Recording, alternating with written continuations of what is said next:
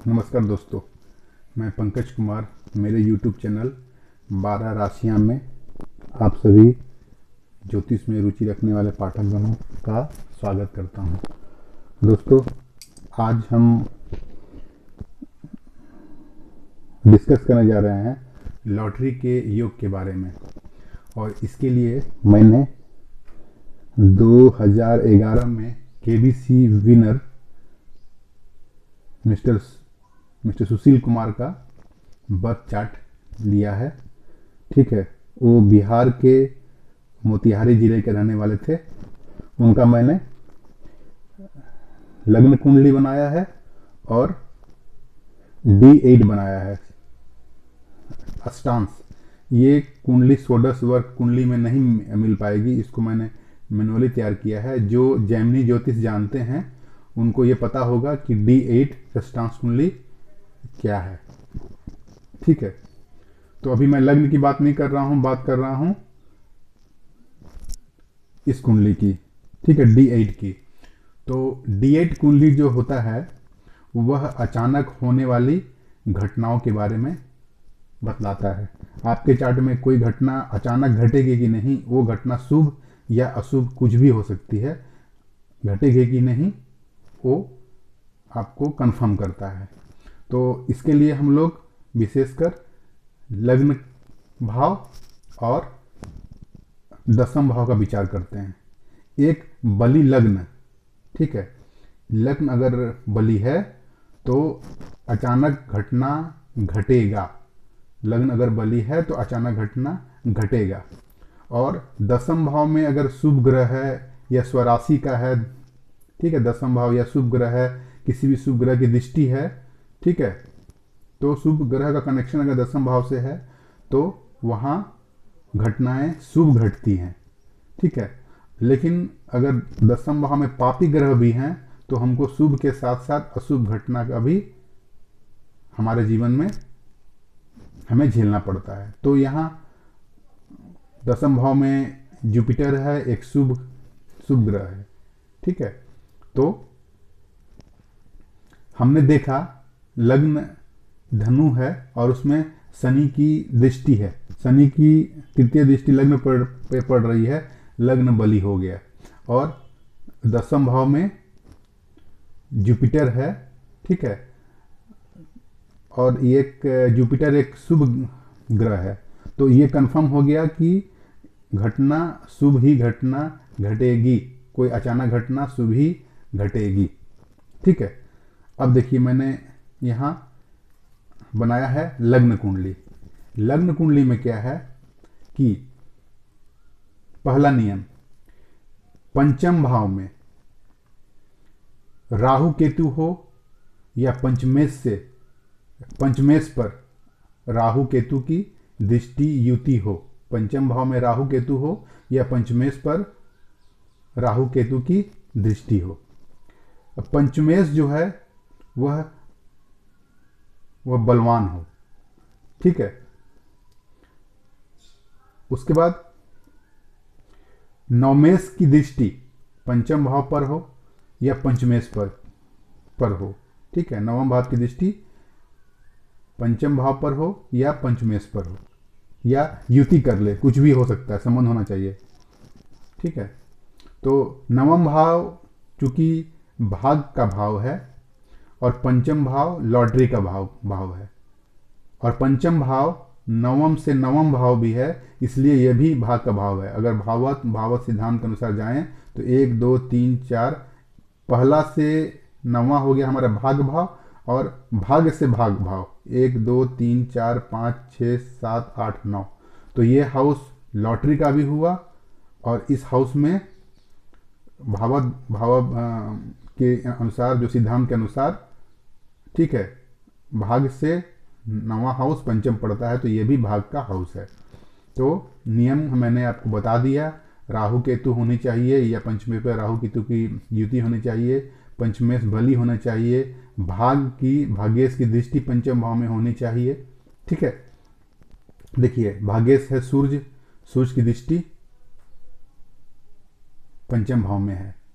Mercury भी एक शुभ ग्रह है, उसकी भी दृष्टि पंचम भाव में है। पंचमेश मंगल 18 डिग्री का है, पूर्ण बली है, ठीक है, और स्वराशि का भी है, ठीक है। उसके बाद पंचमेश पर राहु 1 2 3 4 5 पंचम दृष्टि से देख रहा है, ठीक है। तो ये सब कॉम्बिनेशन ये कंफर्म करते हैं कि इसको लॉटरी लगने का योग है, क्योंकि भाग्येश की दृष्टि भी पंचम भाव में है, ठीक है। तो पंचमेश बली है, राहु केतु की पंचमेश पर राहु का प्रभाव है, ठीक है। पंचमेश भी बली है, पंचम भाव पर भाग्येश की दृष्टि है, ठीक है। ये तो मैंने आपको बता दिया D1 में क्या क्राइटेरिया है। D8 में मैंने बता दिया एक बली लग्न होना चाहिए और दसम भाव में शुभ ग्रह होना चाहिए। अगर शुभ ग्रह है तो घटनाएं शुभ घटेगी, अगर पाप ग्रह भी है या पाप ग्रह संबंध अगर बनाता है तो शुभ अशुभ दोनों घटनाएं घट सकती हैं। ये तो मैंने कंफर्म कर लिया D8 से कि इसके जीवन में कोई शुभ घटना घटने वाली है, ठीक है। अब हम लोग बात करते हैं कि दशा का। ये कंफर्म हो गए, एक लग्न है बली लग्न आवश्यक मतलब एक अचानक घटना को कंफर्म करता है। बली लग्न अचानक घटना को कंफर्म करता है, तो शनि की दृष्टि है लग्न पे तो लग्न बली हो गया, ठीक है। और दसम भाव में शुभ ग्रह की दृष्टि या शुभ ग्रह पर होना या स्वराशि का होना यह कंफर्म करता है कि वह घटना शुभ होगी।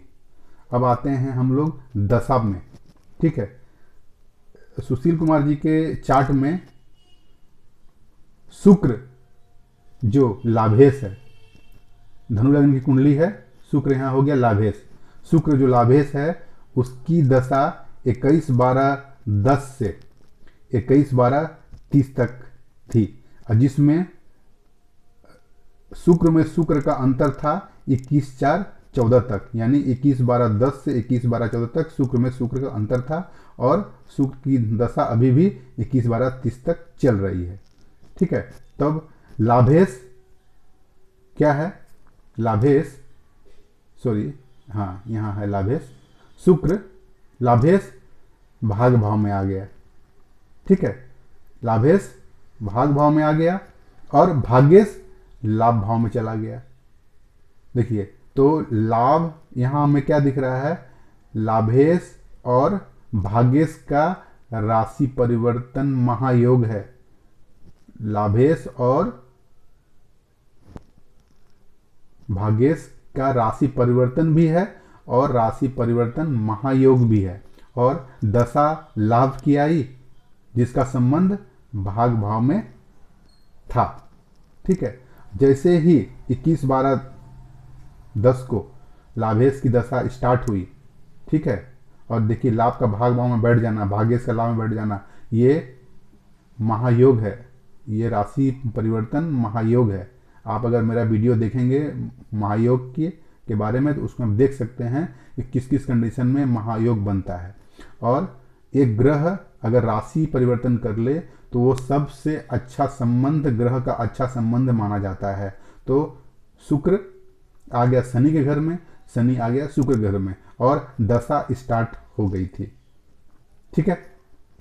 ये तो हो गया। अब भाग्येश जो सूर्य है इसकी दृष्टि पंचम भाव में है, जो मैंने कंडीशन बताया कि भाग्येश की दृष्टि या युति पंचम भाव से या पंचमेश पर होनी चाहिए। देखिए भाग्येश की दृष्टि पंचम भाव में है, ठीक है। कुंडली में धन योग भी है, धन योग है कुंडली में, और देखिए उसी धन योग का जब आया दशा आया तो सुशील कुमार जी ने लॉटरी जीता।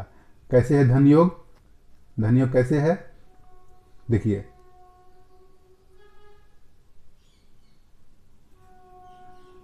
धन योग है आपका शुक्र और सूर्य मिला के धन योग का निर्माण कर रहे हैं। धन योग ये भाव माना जाता है धन का, ये भाव माना जाता है धन का। जब ये दोनों भाव का पहले 5वें या 9वें से संबंध हो जाए तो कुंडली में धन योग होता है। ठीक है, तो ये हो गया धन योग हो गया। और महापरिवर्तन राजयोग भी है, इसका परिवर्तन इससे हो जाए, इसका परिवर्तन इससे हो जाए तो ये महापरिवर्तन ये है, क्या बोलते हैं, राजयोग। तो एक धन योग तो बन ही गया, क्योंकि लाभ स्थान का संबंध 9वें भाव से हो गया तो बन गया। ठीक है, धन योग। उसके बाद परिवर्तन योग भी है, सबसे अच्छे योगों में माना जाता है। परिवर्तन राजयोग सबसे अच्छे योग में माना जाता है। अगर वो राशि परिवर्तन योग हो जाए तो ये योग सबसे अच्छा माना जाता है। ठीक है, तो हमने यहाँ पाया है कि धन योग भी है। एक धन योग यहाँ बन रहा है लाभेश का और नवमेश का, और एक बन रहा है धन योग द्वितीयेश का और लग्नेश का। तो अभी तो फिलहाल तो इसकी दशा मैंने चेक नहीं की है कि दशा आया कि नहीं आया है, लेकिन मैंने सिर्फ उस दशा को चेक किया और 25/10/11 को इनको 5 करोड़ का लॉटरी लगा है। आप देखे ही होंगे, अगर केबी से देखते होंगे तो 25/10/2011 को इनको 5 करोड़ का लॉटरी लगा। तो देख सकते हैं दोस्तों कैसे ज्योतिषीय योग के अनुसार मैंने ये आपको बताया कि कुंडली में लॉटरी के योग बनते हैं। ठीक है, आप भी अपने चार्ट में इस चीज़ को देखें, आपके चार्ट में शायद लॉटरी के योग बनते हों। ठीक है, तो आपको दोस्तों कोई भी कुछ क्वेरी हो आप हमसे कमेंट बॉक्स में कमेंट कर सकते हैं। ठीक है, आशा है दोस्तों ये आपको मेरा वीडियो पसंद आया है। पसंद आया है तो लाइक करें, शेयर करें, सब्सक्राइब करें और कमेंट बॉक्स में जा कर के कुछ भी क्वेरी करना हो हमसे पूछ सकते हैं। और बेल आइकन को दबाना ना भूलें ताकि मेरा अगला वीडियो आप तक पहुंच पाए। धन्यवाद दोस्तों।